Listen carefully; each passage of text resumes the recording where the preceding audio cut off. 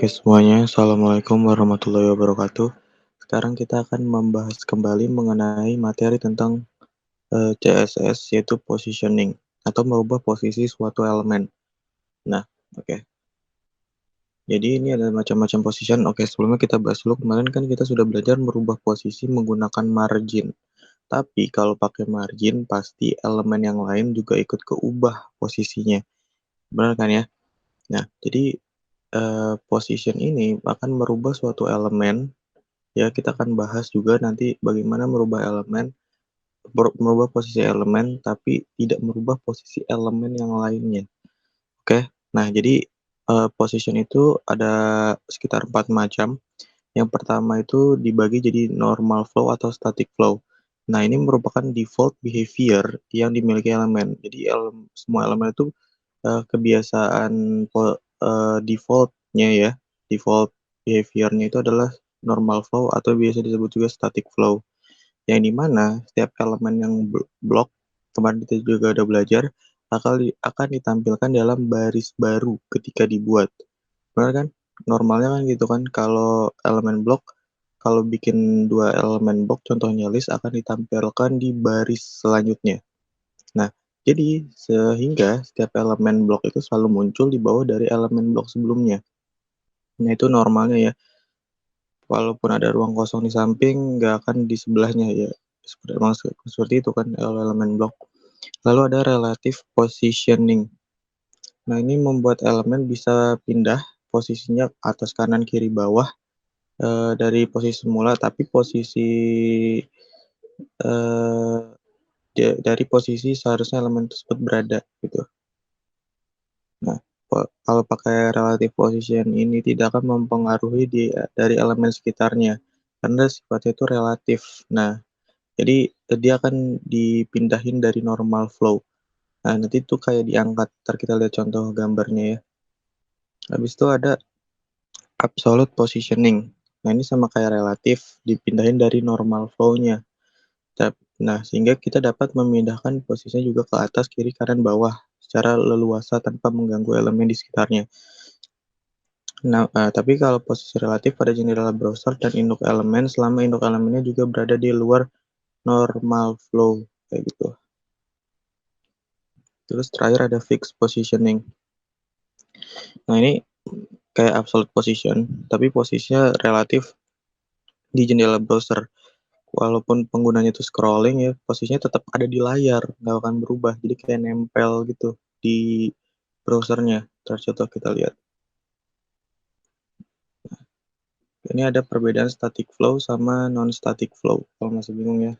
Nah, kita coba buka aja dulu apa kode editornya.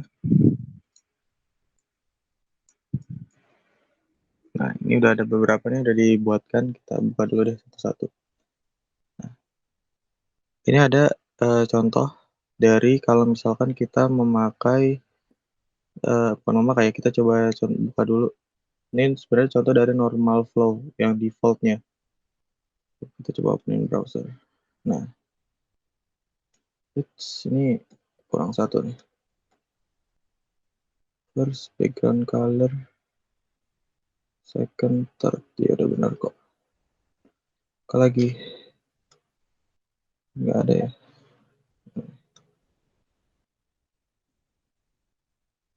Oh, oke oke. Sorry. Ini kita save, kita refresh, down. Nah, contoh dari normal flow. Jadi setiap kita punya 3 kotak, yang di kotaknya itu disimpannya di dalam elemen div. Oke. Nah, karena div itu displaynya adalah blok, maka walaupun di sebelah mana nih? Walaupun di sebelah kanannya kosong, dia tetap akan menyimpannya di bawahnya, kayak udah kita pelajari. Nah, ini normalnya seperti itu, gitu. Nah, coba kita kembali ke PowerPoint. Nah, untuk tampilan di browser kan kayak gini ya. Sebenarnya kalau di ilustrasi dalam 3 dimensi itu kayak gini. Ya, coba kita balik ke text editornya. Nah, itu tadi adalah static flow. Dan itu kayak gini. Nah, juga ini ya, balik lagi. Kalau misalkan kita terapin margin misalkan, coba kita terapkan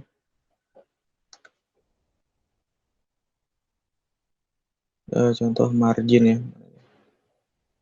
Nah, di kotak kedua contoh kita terapin, misalkan di sini tetap aja kita terapin margin top misalkan 20 pixel, save. Nah, itu kita lihat di browser, kita refresh. Nah, bisa dilihat tuh kayak yang tadi di PowerPoint, kalau ininya digeser maka bagian bawahnya itu juga digeser nih, ini static flow-nya nih gitu. Nah, coba kalau kita lihat di non static flow gambarnya, kalau diterapin ininya non static flow atau biasa disebut dengan relatif, nah nanti gambarnya itu diangkat kalau pakai absolute atau relatif ya. Coba kita lihat nih di text editornya, kita buat dia position, kita kasih relatif. Nah, kalau di save, di refresh, nah ini kelihatannya kayak nggak kelihatan apa-apa ya. Coba di marginnya dihapus,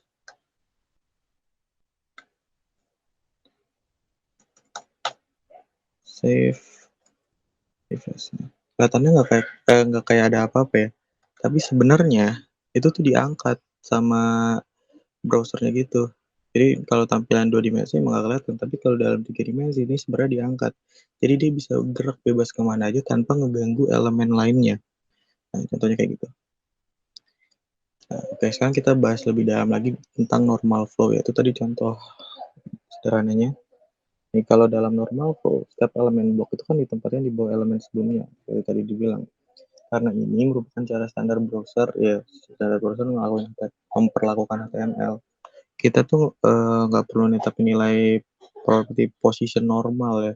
Kita ingin kalau pengen normal position karena itu sebenarnya udah defaultnya kayak gitu.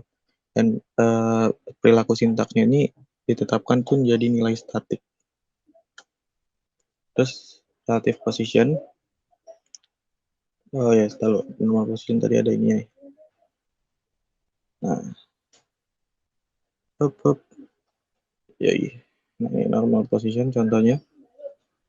Coba kita buka di browser. Nah, kayak gini nih. Benar kan? Kalau misalkan si headingnya ya H1-nya dikasih background color, dikasih padding. Karena nggak ditetapin batasnya, dia jadinya satu full halaman kayak gitu. Tapi si paragraf dikasih lebarnya tuh maksimal 450 pixel. Nah, berarti kan paragraf yang masing-masing paragrafnya kan punya lebar maksimal 450 pixel kan. Nah, kenapa paragraf tuh nggak malah di sebelahnya? Kan kosong. Jadi gini maksudnya. Ini kan 450 pixel nih per paragraf. Jadi ininya lebar dari kiri ke kanan ini 450 pixel. Nah, tapi kenapa? Kalau paragraf keduanya nggak di sebelah kanannya aja. Walaupun 450 pixel kan tapi betul bisa kanan.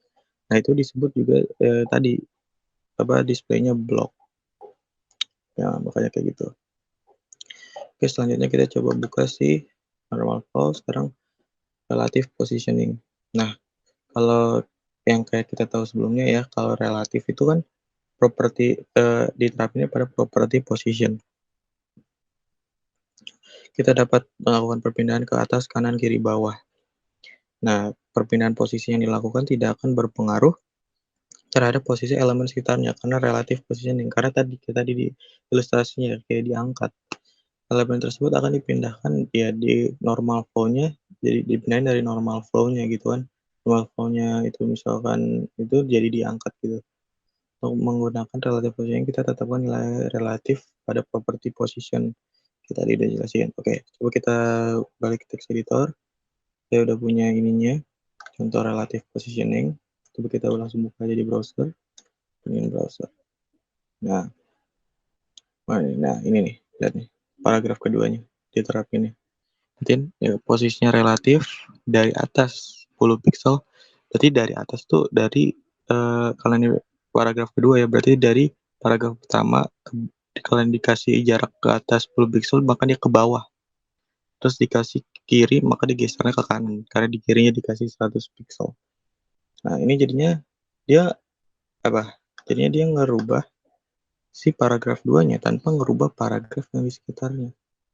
Kayak gitu. Itu non-static flow ya. Dia keluar dari flow-nya, dari arusnya gitu. Oke. Sekarang coba kita lihat absolute. Nah, absolute positioning ini ketika property position diberikan nilai absolute akan berperilaku kayak relatif. Elemennya dikeluarin dari normal flow. Jadi elemennya dipindahkan, posisinya tidak akan berpengaruh pada elemen di sekitarnya. Tapi bedanya adalah tidak absolute sama relatif itu tuh nggak dianggap oleh elemen pada normal flow.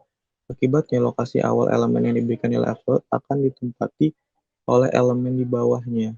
Contoh gini, kita buka teks editornya. Nah, kita buka di browser.